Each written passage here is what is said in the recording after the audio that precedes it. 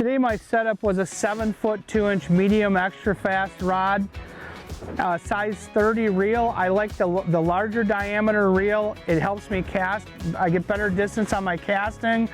The line that I'm using, you can use anywhere from 6 to 8 pound fire line for this technique. I've kind of nestled in on the 8 pound fire line.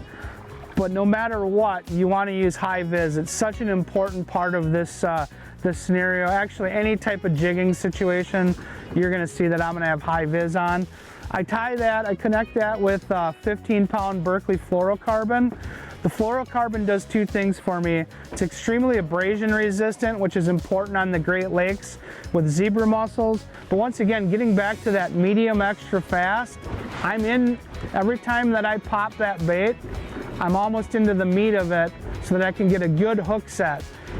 Glide baits typically are heavy. The shiver minnow is 1 ounce, so you need to put a lot of pressure on them and get a good hook set into that fish in order to increase your landing percentages. So this is the setup that I like to use. I'd check it out.